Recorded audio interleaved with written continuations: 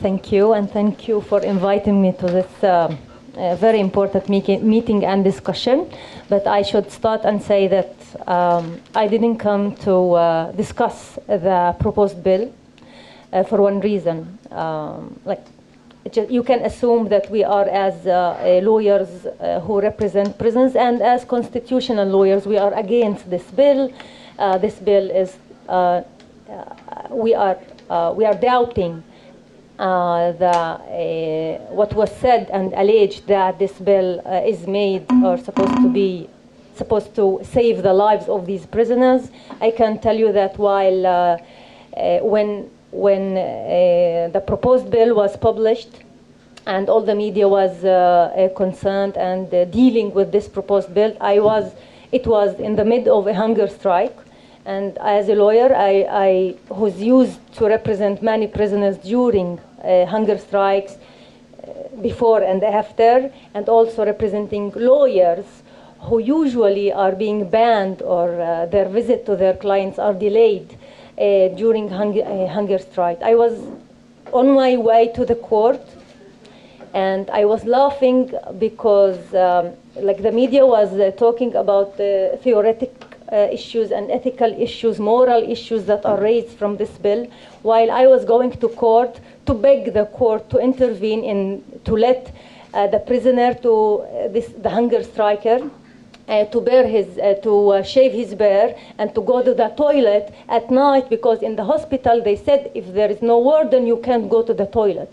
So until we reach the discussion of this bill, which is very important, and I think if we want to be fair enough with these people, we should tell why these people they open regularly or on a regular basis hunger strikes.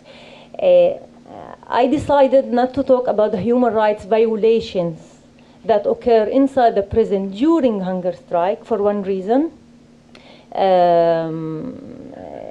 because I do want to feel that I'm renewing something to you today. So what I did is just raising the question, why hunger strike bothers so much the prison?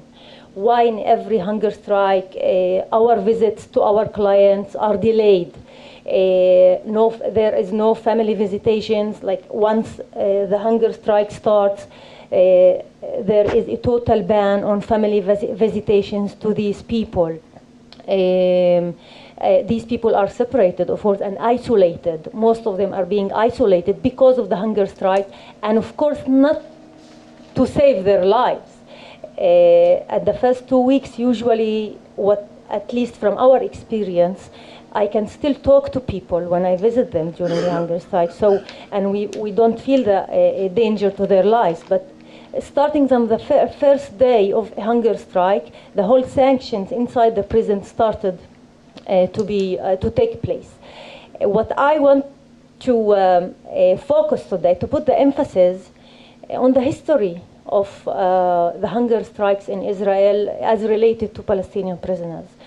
And I was surprised that the first hunger strike started, it was in 1969. And at that time, the Palestinian prisoners approached the prison, and usually this is what they do before opening a hunger strike, and announced that we refuse to approach the warden by the term sir. They were forced to approach the warden by Sidi in Arabic. Okay? And they said that we refuse to do that, and if you force that to do that, we're gonna protest against that.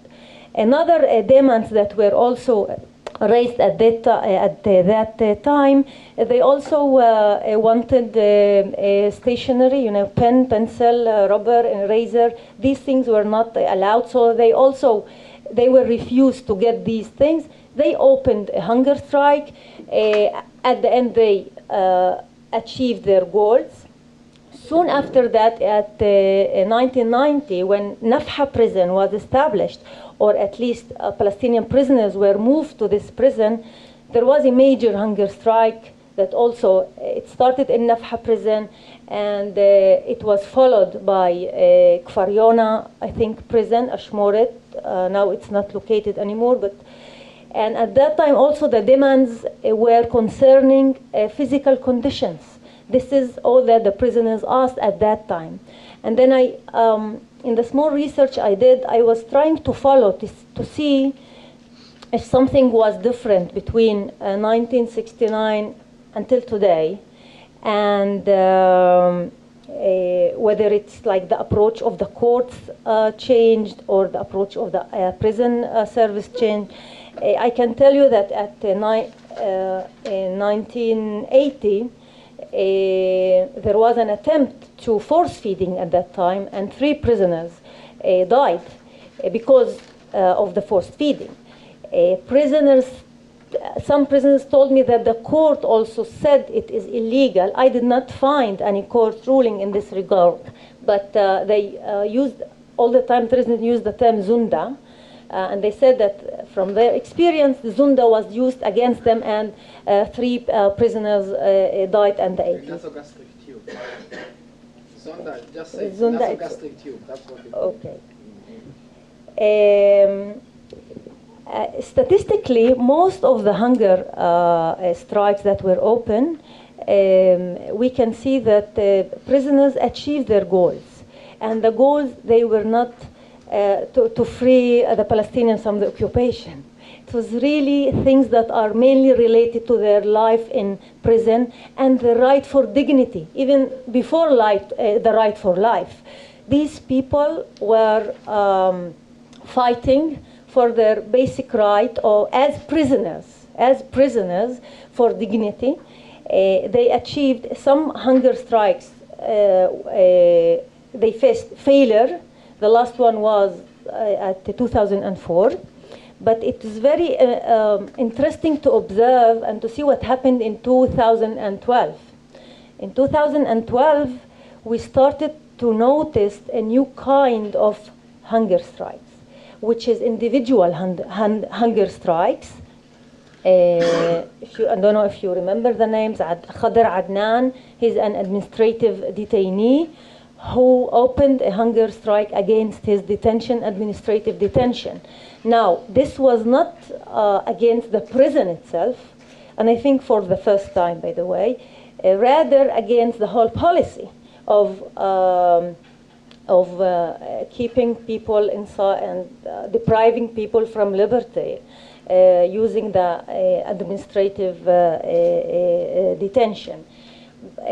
Another thing that we also faced in 2012, some prisoners started to come and say that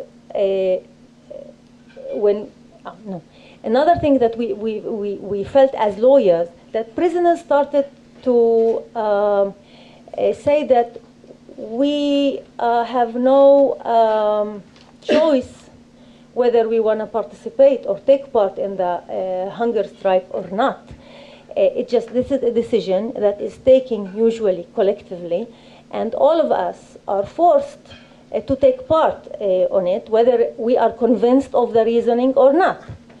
Of course, these kind of arguments, no court accepted these arguments. That when we went to the court, we tried sometimes to show the individual, to say, listen, you know exactly how the life in prison, but this person is saying that his right to come to appear before court and to ask to get some rights and privileges should not be violated because he took part in hunger strike. And even if he took part in hunger strike, we are still talking about a non-violent act.